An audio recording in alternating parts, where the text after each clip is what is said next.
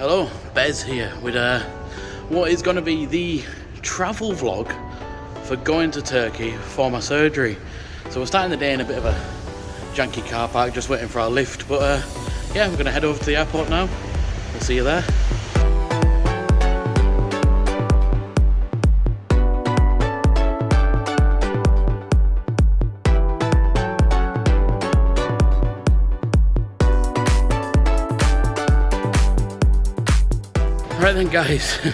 Right then guys, we've gone through security, we've gone to the gate, we're about to board in about a minute. Yeah, walking through security, hard work, queues, really busy, not good. I'm exhausted, didn't sleep really well last night at all. Hopefully I'll get a bit of sleep on the plane, but yeah, we'll see you on the plane, people. This is it, the moment we've been waiting for.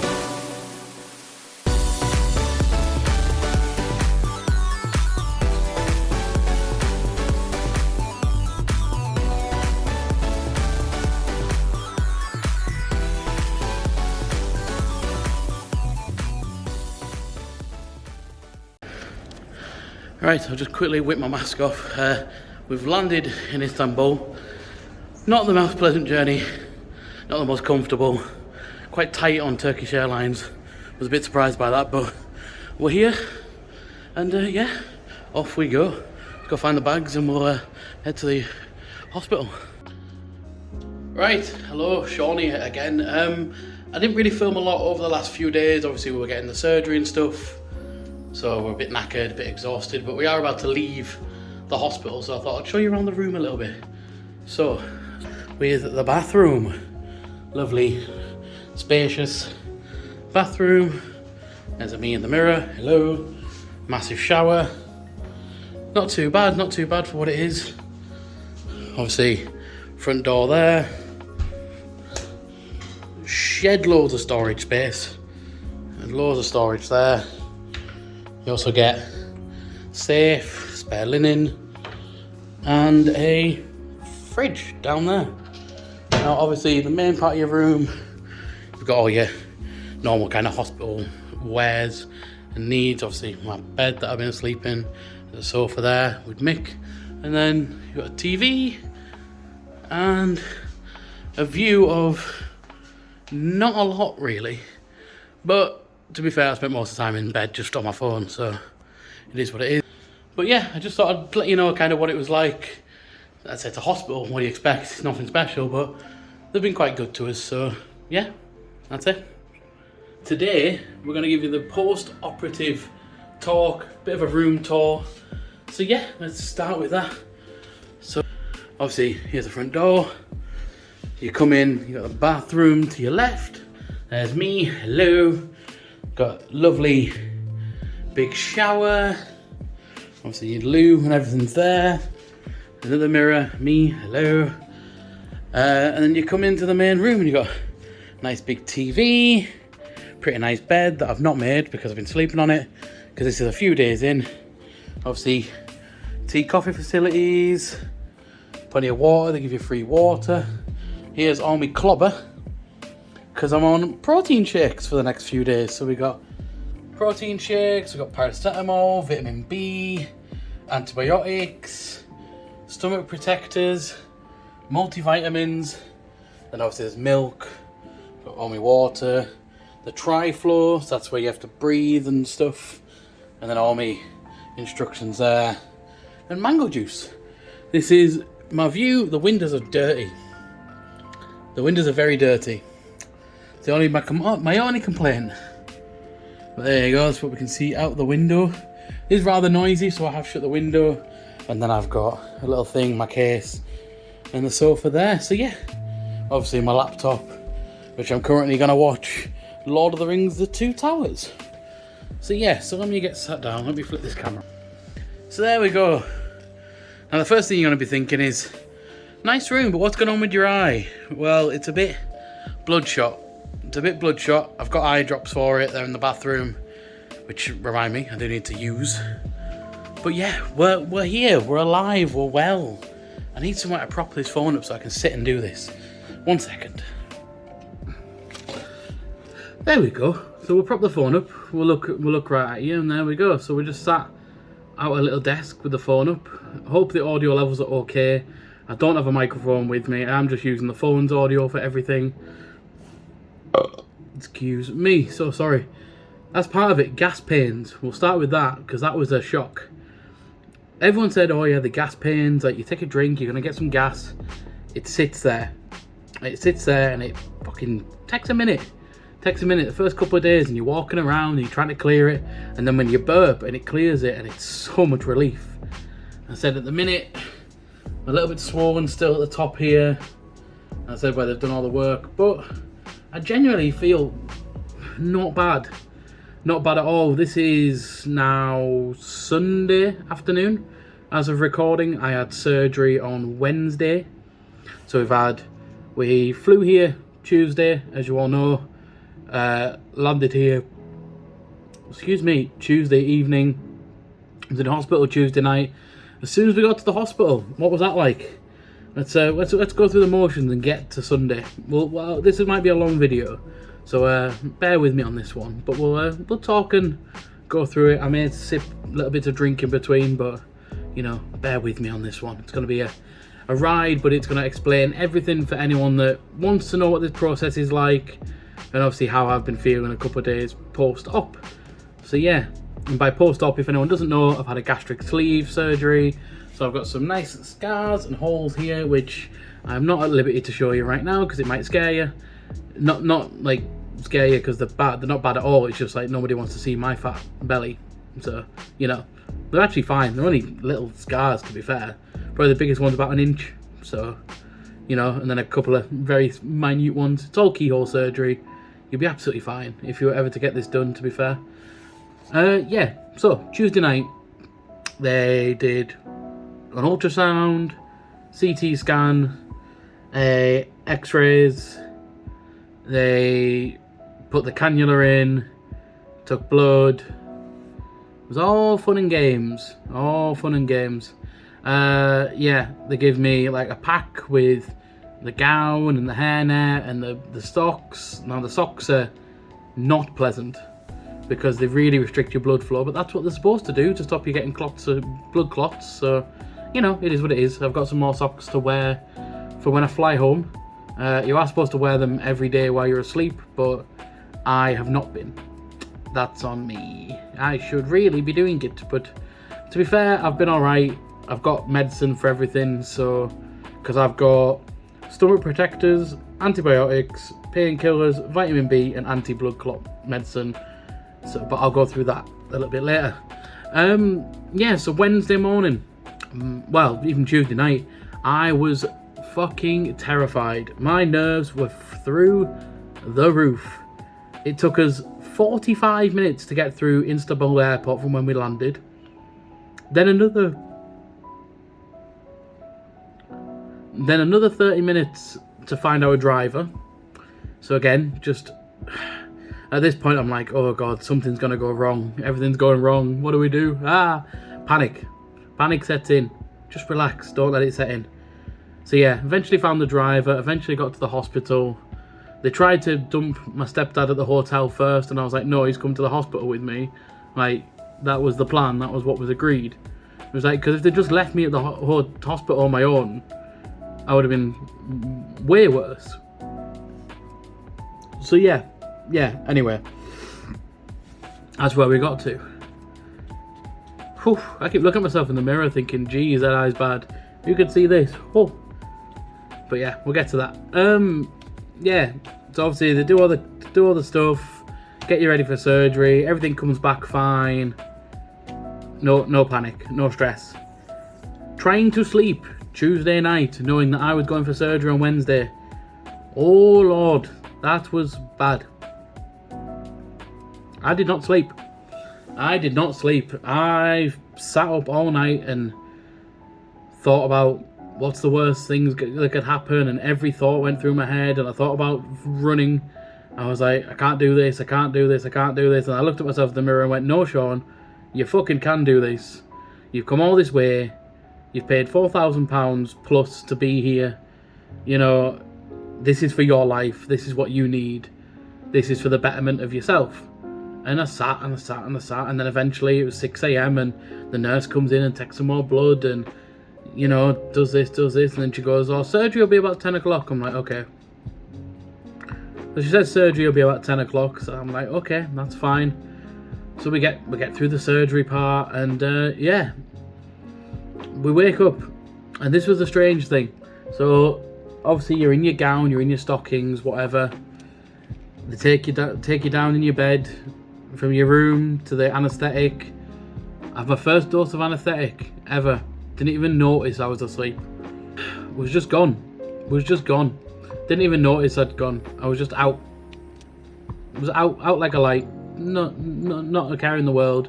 No dreams, no thoughts, just black. And then you come round, and obviously what they do the first time they knock you out, they give you an endoscopy, which is a tube down your throat, and they take photos of your stomach, which I think they even give me a piece of paper with it on. Yeah, so on here I've got photographs of what the inside of my stomach looks like. There you go. Photographs of the inside of my stomach. And like everything they've done. Everything they did. No ulcer, varicose, yeah. Everything normal. All fine. Fasting secretion was present. That means I did a good job. Normal mucus, expansion natural. Hillis were organised. I don't know what any of this means. I'm sure someone will explain it to me at some point. Mild edema. Yeah, hyperemic. Stuff like that. There's all sorts of stuff. But yeah, this is just what they tell you. It's all here. They'll tell you. I don't know what any of that has got to do with anything, but for me it says normal. So I was like, okay. But that's again, I think that's afterwards, of course, because I've gone well off track. That's me. I talk, I go well off track. So yeah, the anaesthetist, I said it right that time. The anaesthetist knocked me out the first time, and I wake up in an operating room on the table, and I'm not in pain. There's nothing wrong. I'm fine. They hadn't even started the surgery. They'd knocked me out for 45 minutes to do the endoscope, and then I woke up, and then they put me out again. So it was like, lovely. So I was awake for about 10 minutes staring at the ceiling, laying on a metal table with a bunch of women looking at my bare chest, which, you know, normally I wouldn't complain about, but, you know, me being a big lad, I can get a bit self-conscious, and, you know, one woman fine, but 5 or 6, come on, bit of nerves on that one. So yeah, felt a little bit exposed, that's all I'm saying. But there you go, you're lying there, and then before you know it, gone, zonked. And then I woke up and screamed. Like I was in my hospital room. My stepdad was there, obviously, because he'd arrived at the hospital before I'd gone down for surgery. So he'd just been waiting for me, and I woke up and I screamed with relief and then pain. I was like, I'm alive! It really hurts! There may have been some tears, there may have been a bit of a reaction, but you know what? That's the hard part done. Because as soon as you come round and as soon as you're done, that's it, you are done. Then this starts. Then we get into the post-op stuff. But obviously, while at the hospital, every hour there's a nurse checking on you, doing your blood pressure, taking a blood sample. After the surgery, they hook you up to bags of like painkillers and putting liquid in your body because you can't eat for a couple of days. You're just taking little sips of water, just little sips. Obviously I've got my mango juice, but it's a bit cold still, so I'm just leaving it out because you can't have really cold stuff, and there's a reason for it, so you have to be careful. So you have to try and get everything to room temperature. So I've took that out of the fridge. I'll leave that an hour, and then it'll be drinkable, and that'll be me for the rest of the day, drinking a litre of mango juice, because they want you to drink 1.5 to 2 litres a day. But yeah, so we get through all the stuff anyway. We have just down here, you can't really see it on the camera, just there, I've got a little pad there. That's where they have like an abdominal draining, if anyone wants to know about that. I'll talk about it another time. But yeah, so basically that just drains fluid off. Simple answer. So they take that out, they do another blood test, they say, right, yeah, the dietitian will be in to see you, everything's good to go. And then the doctor goes, hang on, your eye's looking a bit bloodshot, let me check that. And I was like, right, here we go, here's a problem. Now I'm not going to get out of the hospital on Friday, like, because I pushed hard to get out of the hospital on Friday. I'm not going to lie, I'll be completely honest, I hated that hospital. Getting bothered every hour and not sleeping for about 5 days, no wonder my eyes look like shit. This one not so bad, this one's pretty good, but this one managed to develop a bit of a thing. And I think it's from after the surgery, because after the surgery, we came round, I vomited a little bit, and I think that's what kind of that pressure's just gone and popped a vessel. But obviously I've got eye drops, it's gone down a little bit, was worse yesterday. Yeah, so optician anyway, spent 45 minutes with the optician. You gotta do what you gotta do.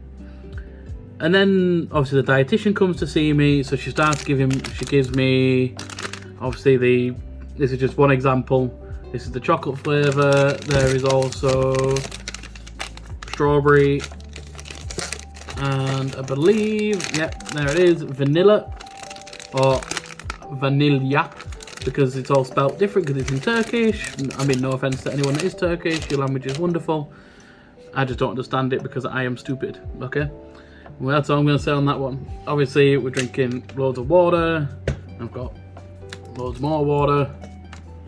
So we're keeping fluid intake high. I've got to have lacto-free milk with the protein shake, but the protein shake's 100 ml of water, 100 ml of milk, the shake it all up. I've got a shaker, but it's currently in the sink because I've just washed it. So I'm just leaving it to kind of dry next to the sink. So yeah, for, what was it say on checkout? On checkout? Discharge, whatever you want to call it. So, liquid diet period. That's what we're doing right now. So let me discuss kind of how this affects me a little bit.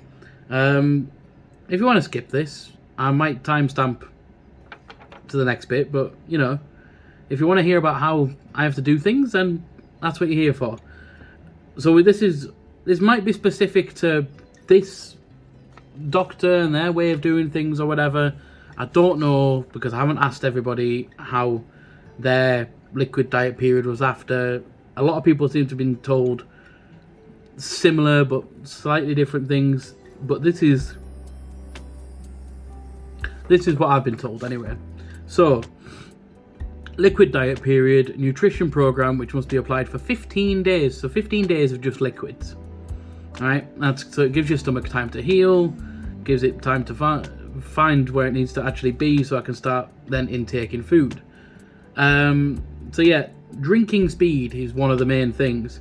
So it should take a minimum of 30 minutes to drink 100 milliliters, or a minimum of an hour to drink 200 milliliters. So I have this litre here. It would take me 5 hours to drink. 5 hours. And a little bit of it just sprayed out of me. So, you know, it might take 4 hours, 59 minutes now. It's on my arm. There we go. Yeah.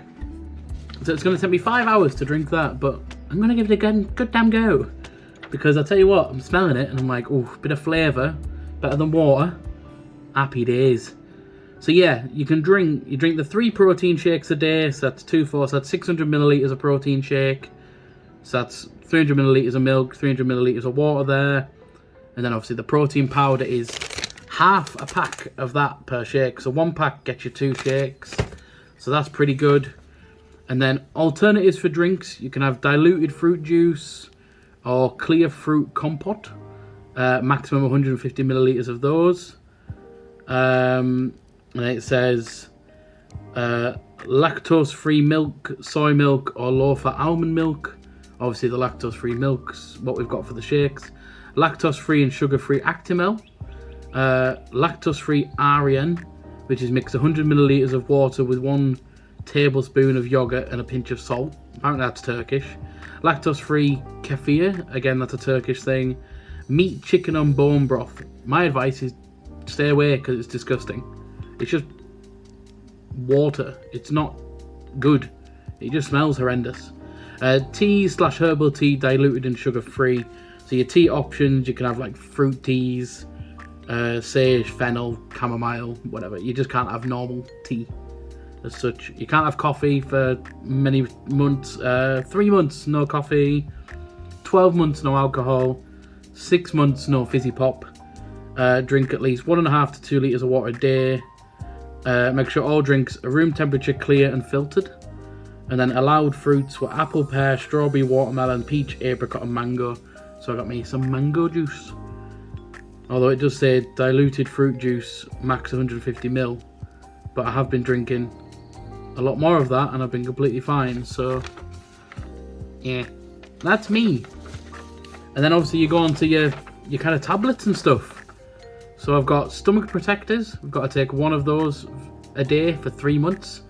I've got antibiotics. I've got to take one of those a day for 1 more fucking day because I've already had 2 days. The size of these antibiotic tablets, big tablet. Compare that to the vitamin B, which is the next thing. Look at the difference. Look at the bloody difference. Why can't they all be like the vitamin Bs? Bloody antibiotics. 1 more day of them though. I only have to take it tomorrow and then I'm good. And then there's painkillers just in case. That's paracetamols. And anti-blood clot medicine, which is next to my bed because I just have to take one before I go to bed. The vitamin Bs are 1 a day for 2 months. The antibiotics, again, I've got 1 more day. The stomach protectors I have to take every day for 3 months. That's 30 minutes before breakfast. Antibiotics on a full stomach. Vitamin Bs on a full stomach. And then on a full stomach at night time, the anti-blood clot medicine for 10 nights. So by the time we get through this, we'll be all right. But that is all with Associate Professor Dr. Hassan Erdem Obesity Clinic. So you can go and have a look at them. And if you like the sound of it, go for it. You get your tri-flow thing, which obviously you breathe and the balls move. So, you breathe in, you breathe out, it doesn't matter. But it's all about breathing in and making them move. Now, first couple of days, I can only get these two to move for the first few days. Could only get the blue and the white to move. Now, the red seems to move quite easily. Shows we've got our lung function back a bit better. Because we were battered the first few days. We were a bit battered, bit bruised. But yeah, obviously I've got like a discharge summary. I'm not going to read all this stuff, but obviously they give you, ultrasound, clinical course. It just says that patient was interned before operation, pre-op socks were dressed, patient was mobilized by their 4th hour post-op, drainage tube showed no irregularities. Obviously you have to drink a little bit and use the tri-flow 20 times an hour. You have to drink every 10 minutes. It's all this stuff you have to do like in the hospital. Obviously I've been doing my best to kind of keep up with much of it. Obviously it's got my list of medication, on my diet instructions. It says exactly how much they did, where they did it. It's all there. So that'll all go to my doctor when I get home. Obviously you'll be seeing this after I get home. So yeah, because this will be edited and put out in a few days. And I know I'm saying that to you guys who are watching it, but thank you for sticking by and watching it. But that's kind of it. That's the brief summary of my life right now. Obviously we've had the surgery. We have scars and bruises and we're battered and we're in a hotel in Istanbul. And yeah, that's what it is. But we made it through. We're feeling better. I'm feeling pretty good today. I'm feeling pretty happy. I actually looked at my ankles today and like my legs have had like edema for a while. And if you don't know what edema is, it's like water retention and swelling. So because of the edema and stuff, but because of this now, my water retention seems to be a hell of a lot less. So that water weight now, because I'm on a liquid diet, seems to be coming off. And my ankles have gone from being very thick to coming down a bit. I mean, my hands are probably the next thing that are going to change because they're quite big and there's a lot of like extra thing. But I don't know how much they'll change that much. I mean, I've got big hands, but they still look a bit chubby. But I'm hoping that things will change. Obviously, my face will change. I'm gonna have a shave when I get home. I'm just gonna have a shave, a haircut, and start again. I was gonna do it before I came out, but I thought, you know what, we'll do it after surgery, and then it's like the first one of these, the first one of these, the first one of these, and that's what it's gonna be. It's gonna be my first thing doing this post-surgery, my first thing doing that, because it's a new start to my life, and that's what matters. That's what matters. So yeah, thank you all so much for sticking around and just listening to me talk utter bollocks. It's not. I hope it's informed a lot of you, because that's what this video is about. It's to inform and help anyone that needs a bit of help. I don't really have any tips for you. I don't really have any stuff for you other than just listen to your doctors, do your best. If it hurts, stop. That's a good tip for many things.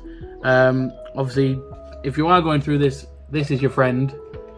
Breathing into this is your friend, because if you get gas pains, start sucking on this bitch and it will be fine. Believe me, as crude as that sounds, breathe as much as you can. Get up and walk as much as you can, because I've realised the more I've been walking, the better I've felt. Yeah, and by day 5, you'll be sleeping like a baby again. Take some painkillers before you go to bed. Roll over, lie on your back. Maybe you might get a bit of side sleeping. Do not sleep on your front, because that's going to hurt like a bitch. It's going to be really painful. But yeah, oh, and also make sure you take your multivitamins every day for 60 days. And then after that, when you get home, you'll probably take your multivitamins every day, because you have to. But these are Turkish obesity surgery recommends. So yeah, Barry Fit multivitamins, because Barry Fit seems to be what they're all sponsored by. So be fit with Barry Fit. And I'm guessing Barry's like bariatric fit. So yeah, it seems to be a big trade over here. Seems that obesity surgery and medical surgery and medical tourism's a big thing in Turkey. It was relatively simple to get to where I'm at after all the stress and anxiety and everything. You know, it was just book your flights to Istanbul. There's 2 airports, pick one, whatever's cheapest, whatever you feel. If you want to go to Istanbul, saw like the other airport, and you fly with Pegasus. If you want to go to the main airport, which is about 45 minutes away, that's Turkish Airlines. Flights are about £250 to £300 return, which isn't terrible. Obviously, what you pay for here will get you your hotel stay for a few days. So I get Friday, Saturday, Sunday, Monday night in a hotel. So I've literally got Sunday night and Monday night in a hotel left, and then I'm going home early hours Tuesday morning. So yeah, I'll let you know how we're getting on. There'll be a next episode of Bez's Journey, will be me coming home. So I'm going to film a bit of kind of what it's going to be like travelling home after having surgery. So yeah, thank you all so much, and we'll see you when we get back to the UK. Thank you all. Bye bye.